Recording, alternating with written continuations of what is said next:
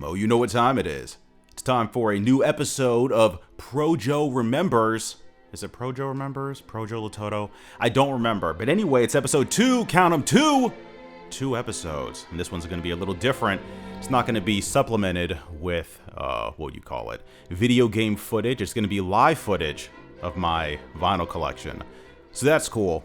Most of my videos are not going to have this level of, what's the word I'm looking for, production in it, given the fact that a lot of them are recounting stories from years ago. So I'm just showing off my little record collection, maybe some of my 45s. I think some of my figurines are standing on them right now. But anyway, today's topic is vinyl and how I got into it. Now, most people from my generation remember things like cassettes and CDs and whatnot. But surprisingly enough, I didn't really buy any of those because I didn't have the money to buy them. I was too busy buying Pokemon cards and other miscellaneous things that were more important than spending money on music. And then the internet came about. I mean, I know the internet came about like in the 1980s. I get it. But as far as like mainstream use of the internet was like probably like the 90s, early 2000s. That's when everyone became a pirate, One Piece style, and just started pirating music, which made us, our generation, acclimate to the idea of why buy music at all? It's free, right? I mean, musicians, they just magically get money. So, I mean, do we really need to spend money on this? Probably not. So for the longest time, I didn't even want to buy physical music because I, like others, was a pirate of the 7 seas. The internet seas, I guess. Until there was one time where I couldn't find a record or a CD that I wanted to get unless I wanted to torrent, which I did not have the know-how of doing. So I actually had to go to the store to go buy it. That CD in question was Sir Lucius Leftfoot, the son of Chico Dusty. Because Big Boy's kind of like ignored when it comes to Outkast, because Andre 3000 is so amazing of a rapper that people kind of underestimate Big Boy's verbal acumen. Suffice to say, I could not find this CD because it wasn't super duper popular. Highly underrated. Get it now. So, I had to go to Best Buy to buy it. Bought 2 other CDs as well. I think it was Drake's Thank Me Later? Thank Me Now? I think it's Thank Me Later. And B.O.B.'s The Misadventures of Bobby Ray, or is it The Adventures of Bobby Ray? Either way, I bought those 3 CDs first. And I don't know, maybe it's because of how I grew up, where physical music wasn't a thing, and opening a package and seeing all of the insides of like the liner notes and reading the booklet, and which is weird because like that exists with video games, or existed with video games. They don't have those booklets anymore, those instruction manuals. But when I opened the Big Boy CD in particular, what really took me by surprise was that the CD was like really ornate and cool looking. Like I was like, wow, it's like, do all CDs look like this? Do they all look great? Quick answer, no, they don't. But some of them do. And from then on, I was like, you know what? I gotta keep buying music. For 2 reasons. 1, because it looked cool. And 2, I was lazy. Because I liked having my iPod. For the young whippersnappers that don't know, the iPod was a thing that we used before like smartphones were a thing.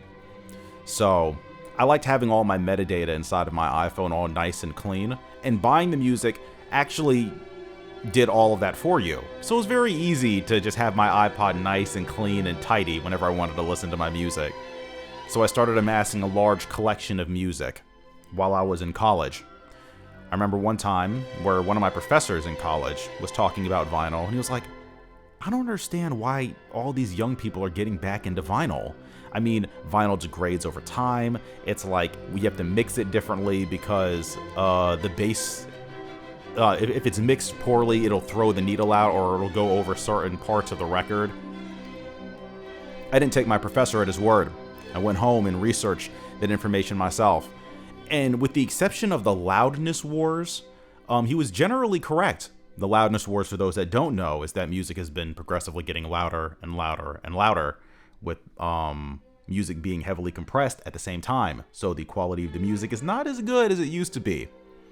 So other than that, he made the argument that CDs or digital media was the way to go. So I looked it up, seemed to be right, and I was like, you know what, I'll just keep to myself collecting CDs. Not to mention, vinyl wasn't something that was really big back in the day, and it just seemed like more work than it was worth.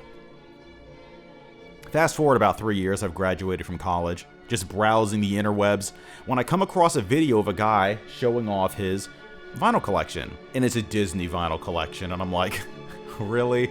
Okay, he's gonna show off all of his kitsch and whatnot of like Disney paraphernalia. And he came across one record. And I was like, okay, so all these are cool, but there was this one that he had. And it was the Frozen Deluxe. What was it? The Frozen OST Deluxe Edition. Because there were other versions of the Frozen record that was like a picture disc. Picture discs are vinyl records. I think they're put on a black disc. Then they put a picture on top of it, and then they have a thin piece of vinyl on top of that that has all the music on it. I have like one picture disc. Generally speaking, they don't have great quality, but vinyl, generally speaking, vinyl is vinyl. But it's like, so I guess to some people, it's like to some people, how can I explain it? Like bad quality audio is not acceptable at some point. So I already knew of the Frozen picture disc, but I had no idea that this existed. This album was like a 3-disc set. It was in black. It was in blue and clear. I didn't even know vinyl could come in those colors. And one of the discs that he showed a picture of Elsa, Anna, and Olaf, like laser etched on the record. And then it had like the big pamphlet, and it had like what is it? It had the concept art for some of the characters. Unfortunately, in the booklet, it doesn't have the concept art for Elsa. But when I saw this, I was like, if I were ever to get into vinyl, that record is going to be in my collection, because that has changed my opinion of vinyl forever. Later on, I decide, this is like 5-6 years after that. So this is like a 10-year journey to vinyl. So I break down and I go like, you know what? I'm going to get me a cheap little record player. I think I get myself did I get it for Christmas? I think I got it for Christmas. It was an ATL P60. I think it's a 60. And I got like 3 records with it too. 2 of them, which is so funny. Like one of them in particular, the first record that I got, it was a record by Natalie Cole called Are You Ready? No, or I'm Ready, rather. And I was like, yeah, I'm ready to go into collecting vinyl. No, I was not. I was not. I tried to play that record, skipping all over the place. I was like, well, that's disheartening. That's disheartening. When I went to the record store, some, what is it called? Like a Goodwill. And I got a record. I was like, okay, this record looks clean. I did my homework. Seems to be fine. Take it home, open the record, and it's like, this is a 78, which means I can't play this because 1, I don't have a needle for it, and 2, the record player I have doesn't even play at that speed, and 2, I didn't check all the records because I wasn't of the belief that they could crack, because obviously all records are made of plastic, right? Or vinyl, right? Right? No, they are not. They are absolutely not. I get my first record that Christmas as well. I think it was the Charlie Brown Christmas record. Overall, a good recording. The very tail end of it, right around at the Christmas song, it started degrading in quality. Like, it was a bad pressing. So I was like, man, this sucks, man. It's like all these records, I'm not having a fun time with vinyl right now. It's like I'm spending my money on this. It's not a lot of money because a lot of these are gifts and stuff, but still, it's the principle that matters. It's like everyone's telling me, ooh, vinyl is so great. And everything sucks. It's just, ugh. But anyway, I eventually go to another record store and I buy my first vinyl record, like my first new vinyl record, called Kubo, the Kubo OST. I had a choice between that and I think it was like an image disc of Spirited Away. I'm glad I didn't get that because for whatever reason, what is it, Studio Ghibli, the people that make Totoro and Ponyo, they have like 3 different versions of their records. They have like the original OST, they have an image disc, and then they have like a new orchestral version of the album. So you have to really do your homework before you buy some of these records from Studio Ghibli. More specifically, like if you look at something like My Neighbor Totoro, you would think that the record that has like the picture of Totoro standing up in the rain at the bus stop would be the one that's the real record. But it isn't. It's some really weird one with this really weird artwork on the front of it. And it's like, are you serious? That little, what is it, caveat? What's the word for it? Sidebar aside. I get the Kubo record. Kubo record's all right, except for one thing. I'm listening to the record one day, and there's this one part where it's the song that plays when they're on the boat and they're constructing the boat and they're on the ocean, and I hear this faint hum on the record, and I'm like, what is that noise? What is that? I go look at the record, and on the part of the record where it's kind of like, because it's a splatter print record, and the needle runs across this one part where the splatter is just really just dense in one spot.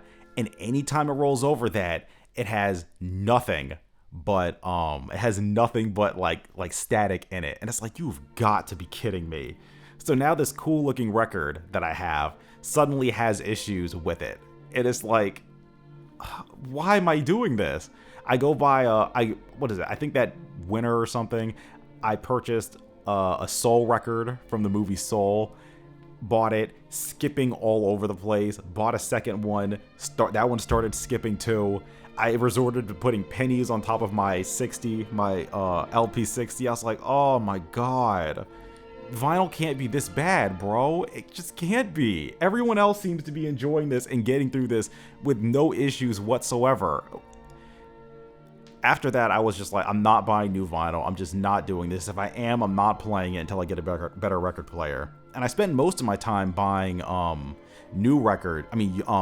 used records, which was fun because it's like I just got a whole smorgasbord of classical music and a lot of versions of Moon River. I guess that was a very popular song back in the day. But all those records played well, so it was fun. I mean, one of the first records that I listened to that on used vinyl was the opera Carmen. Very good stuff. Skipped a little bit on side 5 or 6, but overall great recording. I also listened to the entirety of Tannhauser while I was reading some really weird Smurf fan fiction. That's a story for another day. But anyway, I'm amassing this large collection of records because for whatever reason, this Goodwill that I was at was selling records for a dime. And they just had no idea that records were super popular. So I would go in there and just leave with like almost like maybe 50 records for $5. At some point, they caught on to what I was doing and raised it to $2 per record. So that sucked. Oh, man. Anyway, at some point, I get enough money to get me a new record player. So it's like, what do I get? What do I get? Because I already had all of the other things. I already had my old school monitors, my iKey Audio 808s, which they don't even make anymore. The only reason I had them instead of the Rocket 808s, which are these yellow ones, is because I like the color red. I'm so stupid. Oh, by the way, if you're getting monitors, active monitors, make sure that they have RCA inputs in the back, That's one of the things that, because my Rockets that I got, my Rockets 808, my Rocket 808s, they're the newer versions that don't have RCA input. So I actually need to buy a RCA to quarter jack in order to use those monitors with my record player. So consider that when you're going to buy monitors and whatnot. So I had my 808s. All I needed was a record player or a preamp as well if I was going to get one that didn't have a preamp inside of it. I was doing my research. Everyone's basically saying, get the Fluence. The Fluence 85. It has a crazy platter. It has a crazy cartridge. It has the greatest sound. It's like an entry grade Rega record player that you want to get. And it's going to get you that audio it's going to get that audio file quality sound that you want. Plays at 33 and 45, not 78, so you can't play your 78s, but are you really playing your 78s anyway? Just get the Fluence, because you want that crisp audio. And here I'm going to have a quick little rant with regards to like the audiophile quality, because I went to college, like Plankton, I went to college for music production. So I usually hear all of the issues that are in records, or just music in general, which sucks because it kind of ruins your enjoyment of music to some extent. So for me, when I see people's rooms and they're talking about, oh, you need the best audio quality or best record player to get the best audio quality, I see their monitor placement. They're not turned in at like 45 degree angles. The reason you do that is so the audio hits your ears first rather than hitting the walls and bouncing off the walls. Their rooms are just festooned with posters and whatnot. I'm not saying that I'm above that. But it's like they don't have any sort of acoustic treatment in the rooms. No bass traps anywhere. Like the forgotten little brother of acoustic treatment, bass traps. Remember it. So they don't have any of these things. They don't have diffusers. They don't have bass traps. They don't have any sort of rudimentary acoustic treatment in the room. Their monitors are not even facing in the right direction in order to get that audiophile quality sound. So for me, it's like, if I'm going to hear all of these inaccuracies to begin with, and vinyl degrades the more that you use it, and I'm also collecting used records that aren't necessarily going to sound any better than they already are because they're just like older than I am, I might as well just get a record player that I can quote unquote have fun with. And that record player that I was going to have fun with was the ATLP, 1260? I think it's a 1260. It's the big brother of the 120. The 120 is the one that's like the one that everyone just kind of gets as like their first like mature record player. It's more of like a DJ record player though, because it has like pitch shifts. It has the groove side so you can scratch the records. I might want to learn how to scratch records at some point. But yeah, it has a lot of things that would be found on a DJ turntable rather than an audiophile turntable. My record player is kind of odd though, because the needle that's on it is actually I think it's called a cone. Is it a cone? I think it's called like a hypercone or something needle, which hugs the grooves better so you can get a higher audio quality. But when it comes to being a DJ, that's not necessarily the best to use because it wears your records out quicker. They usually go for like a spherical type of needle. So it's a very odd record player, but it suits my needs. So I really do enjoy my record player, especially playing some of my older records that were skipping all over the place that, surprise, surprise, don't skip anymore. So that's fantastic. So yeah, that's my journey into vinyl. I've been enjoying it ever since playing some of my slower what am I trying to say?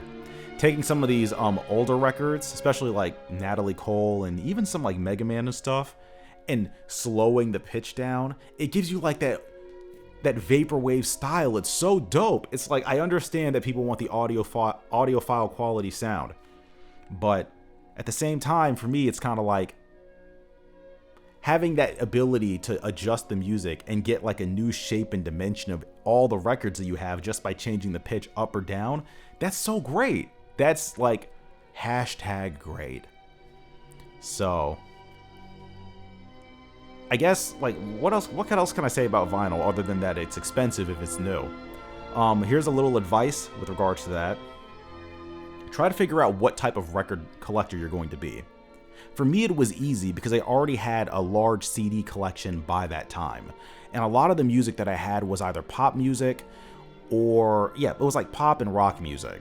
So I didn't have like a lot of jazz or classical music or oldies music. So what it allowed me to do was to collect all of that music on vinyl and just keep all the pop music as CDs. I didn't have a lot of soundtracks either, so a lot of my music collecting when it comes to like buying new vinyl are soundtracks rather than albums. I might have to break that at some point because with my new record player having the ability to pitch shift and whatnot, I might relegate myself to maybe one album per artist to get. I was debating on getting 808s today, but what else was I gonna get? I wanted to get 808s and Plastic Beach by Gorillaz, but I just couldn't find it.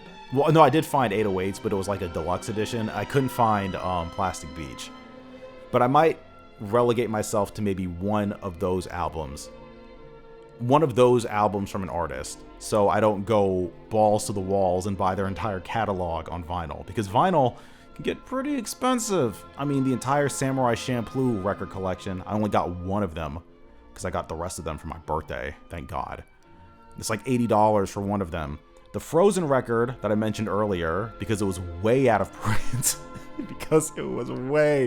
way out of print, I got for my birthday as an early birthday present, and it was like $170. So yeah, the vinyl game is not for the faint of heart. So yeah, consider that. Budget, figure out what type of record collector you're going to be. What I love about vinyl is like the malleability of it with my new record player. The artwork, it's just great.